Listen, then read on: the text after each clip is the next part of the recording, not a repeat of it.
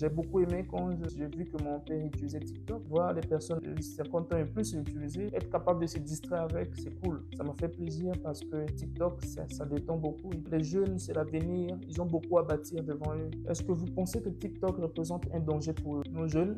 Et de toute façon, les gens disent que TikTok est en train d'abrutir la jeunesse. Qu'est-ce que vous dites de cela? Je vais essayer de lire vos commentaires. C'est alarmant quand même que les États-Unis soient arrivés à bannir TikTok de leur pays. Est-ce que nous, le Congo, pays en Afrique, on ne doit pas tirer quelque chose de cela? Il n'y a pas de fumée sans feu comme on dit. C'est clair qu'il y a quelque chose qui ne va pas et on doit essayer d'analyser. Est-ce que nos parlements prennent le temps d'étudier les risques que TikTok représente pour nos populations? Est-ce que nos parlements africains prennent le temps vraiment d'analyser comment sont traitées les données de nos pays, les données de nos citoyens? Vous savez vous-même qu'au Congo, il est impossible de monétiser un compte TikTok. Il faut passer par des tangentes en allant vers des comptes enregistrés aux États-Unis et autres.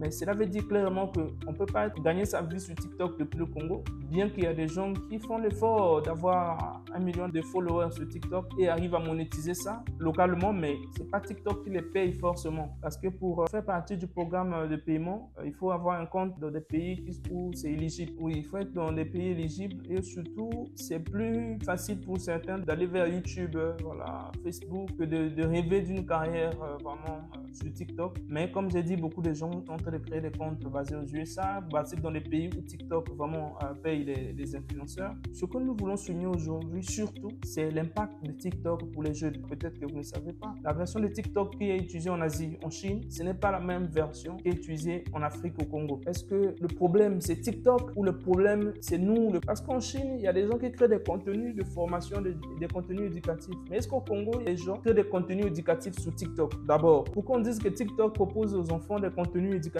Est-ce que vous connaissez un Congolais ou 10 qui crée des contenus éducatifs sur TikTok? Tout le monde est presque dans l'humour. TikTok, son algorithme de suggestion de contenus, ça atteint le niveau de l'intelligence artificielle et ça fait peur. Même les algorithmes de Facebook, d'Instagram sont très loin. TikTok est très avancé dans la suggestion de contenu et voilà pourquoi ça marche. Maintenant, TikTok va suggérer quoi si tout ce qu'il y a dans la région, c'est seulement des contenus pour rire? Il va suggérer que ce qu'il y a, il ne peut pas aller imaginer des contenus. Moi, je pense que nous, les citoyens, avons une grande part de responsabilité dans cette affaire. Et on doit essayer de voir qu'est-ce qui peut être ajusté. Est-ce que l'État doit investir, promouvoir des créateurs de contenu éducatif sur les réseaux sociaux? Je pense que quand il y a des budgets alloués à ce genre d'initiatives, c'est parfois partagé aux petits frères, voilà, aux personnes qu'on connaît, et non aux personnes qui ont déjà fait un pas. Ça ne manque pas des gens qui doivent créer du contenu éducatif sur Internet en général. Mais l'État peut les pousser. Ça doit être une politique à l'échelle africaine. Un fonds peut-être au niveau de l'Union africaine pour que ça ait un impact dans tous les pays. Promouvoir des gens qui créent du contenu éducatif sur les réseaux sociaux, principalement sur TikTok et YouTube. Nous avons notre part de responsabilité parce qu'on nous dit que la technologie ne change rien. Ça vient seulement amplifier ce qui existe. Si ce qui existe est mauvais, ça va amplifier le mal. Si ce qui existe est bon, ça amplifie le bon. Donc voilà, je pense que ça amplifie juste notre envie pour la distraction et le divertissement. Si on avait un peu de contenu éducatif, TikTok allait promouvoir ces choses. Donc nous devons revoir notre politique publique. Ça, c'est un appel envers les décideurs africains. Il faut qu'on revoie notre politique de promotion de contenu en ligne. Et nos budgets que nous gaspillons parfois sur certaines choses inutiles, nous pouvons les réorienter vers la promotion de la création de contenu éducatif parce que nous devons préparer les cerveaux africains, la population la plus jeune au monde, pour les enjeux du futur. D'ici 2050, est-ce que ça sera une population éduquée, une population qui aime la science, qui réfléchit, qui vise les confins de l'univers, ou ça sera une population aboutie, une population où nous avons des jeunes avec les bacs incapables d'écrire une phrase sans faute, une population des illettrés?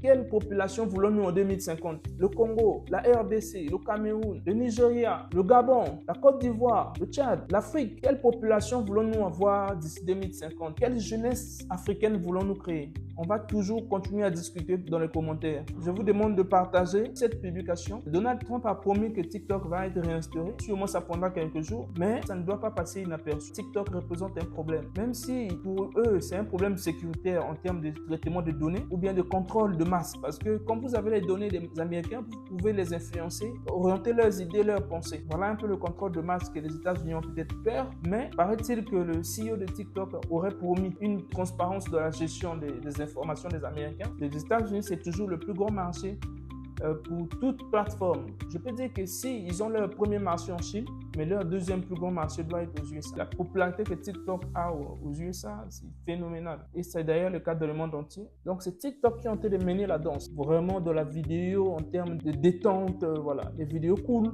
Hein, le mot cool, TikTok est leader dans tout ce qui est vidéo cool en ce moment. YouTube, on sait qu'il y a beaucoup de contenu, s'est imposé comme leader de la vidéo, mais TikTok reste un grand concurrent pour YouTube. Parce qu'à l'avenir, on ne sait pas ce que deviendra TikTok. Est-ce que les artistes publieront désormais leurs chansons exclusivement sur TikTok? Donc l'avenir nous le dira. Mais pour l'instant, je vous remercie pour ceux qui nous ont suivis maintenant et ceux qui vont venir nous suivre après, parce qu'on va partager cette vidéo dans tous les groupes. On va partager ça. Tout le monde qui va suivre cette vidéo sentira un devoir patriotique de la partager, parce que l'objectif ici, c'est de se poser une question. Ce n'est pas de donner des réponses. On doit s'interroger nous-mêmes. Vous parents, vous grands frères, grandes sœurs, est-ce que vous devez laisser vos petits frères, vos petites sœurs utiliser TikTok sans contrôle? Est-ce que l'usage qu'ils en font les aide vraiment? Est-ce que vous pouvez contrôler le temps qu'ils ont pour utiliser d'ailleurs leur smartphone? Vous savez qu'il y a même des contenus pornographiques qui s'affichent par les publicités. Tu peux être, voilà, tu vas sur un site où tu fais une recherche sur Google, tu cliques sur un lien, tu vas là-bas, publicité de contenu pornographique. Et beaucoup de jeunes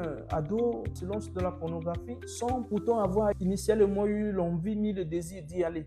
Mais parce qu'ils ont été attirés. Voilà l'objectif de la publicité. Ils ont été attirés. Alors, dans tout ça, comment peut-on bloquer l'accès à ce genre de contenu pour les plus jeunes? Il y a une âge pour connaître le sexe qui serait l'idéal. Et connaître ça plutôt sans contrôle, avec le tabou que ça représente dans nos familles africaines, ça peut pousser vraiment les plus jeunes vers des habitudes vraiment dérisoires et ça représente pour eux un grand risque sanitaire. Que pouvons-nous faire pour mieux accompagner nos plus jeunes frères et sœurs dans l'usage des réseaux sociaux